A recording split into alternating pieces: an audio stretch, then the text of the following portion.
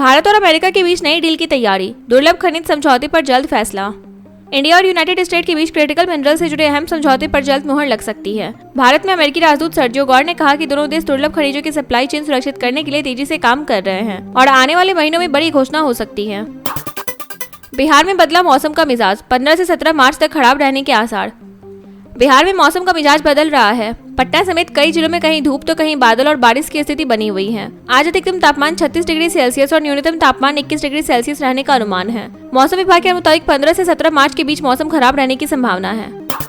बंगाल चुनाव की तैयारी तेज, बीजेपी ने 140 उम्मीदवारों के नाम किए तय।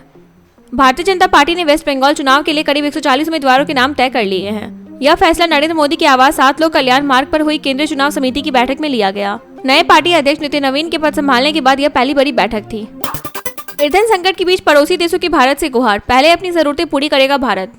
पश्चिम एशिया में युद्ध के कारण बढ़े ईंधन संकट के बीच बांग्लादेश, श्रीलंका और मालदीव्स ने इंडिया से पेट्रोलियम उत्पादों की सप्लाई का अनुरोध किया है।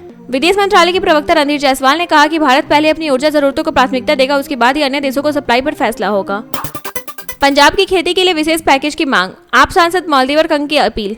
मलविंदर सिंह कंग ने लोकसभा में पंजाब की कृषि और सिंचाई के लिए विशेष पैकेज देने की मांग की। आम आदमी पार्टी के सांसद ने कहा कि गिरते भूजल स्तर से राज्य बड़ी समस्या झेल रहा है, इसलिए फसल विविधीकरण और किसानों की मदद के लिए केंद्र सरकार को अतिरिक्त फंड देना चाहिए। उन्होंने MS स्वामीनाथन और जवाहरलाल नेहरू के नेतृत्व में आई हरित क्रांति में पंजाब के योगदान का भी जिक्र किया। असम में सियासी घमासान, हेमंत शर्मा ने गौरव गोगोई पर साधा निशाना। हेमंता विश्व शर्मा ने कांग्रेस सांसद गौरव गोगोई पर तीखा हमला करते हुए उन्हें एजेंट बताया। इससे पहले गोगोई ने शर्मा और उनके परिवार पर असम में करीब 12,000 बीघा जमीन रखने का आरोप लगाया था। जवाब में शर्मा ने उनके खिलाफ 500 करोड़ रुपए का मानहानि मुकदमा दायर किया है।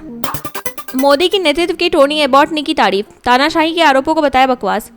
टोनी एबॉट ने नरेंद्र मोदी के नेतृत्व की सराहना करते हुए कहा कि भारत को तानाशाही बताने वाले दावे पूरी तरह बकवास हैं। ऑस्ट्रेलिया के पूर्व प्रधानमंत्री ने राइसीनिया डायलॉग के दौरान कहा कि मोदी दुनिया के सबसे ताकतवर नेताओं में से एक है और भारत मजबूत लोकतंत्र बना हुआ है। सीसी ज्ञानेश कुमार को हटाने की मांग, 193 विपक्षी सांसदों ने संसद में दिया नोटिस।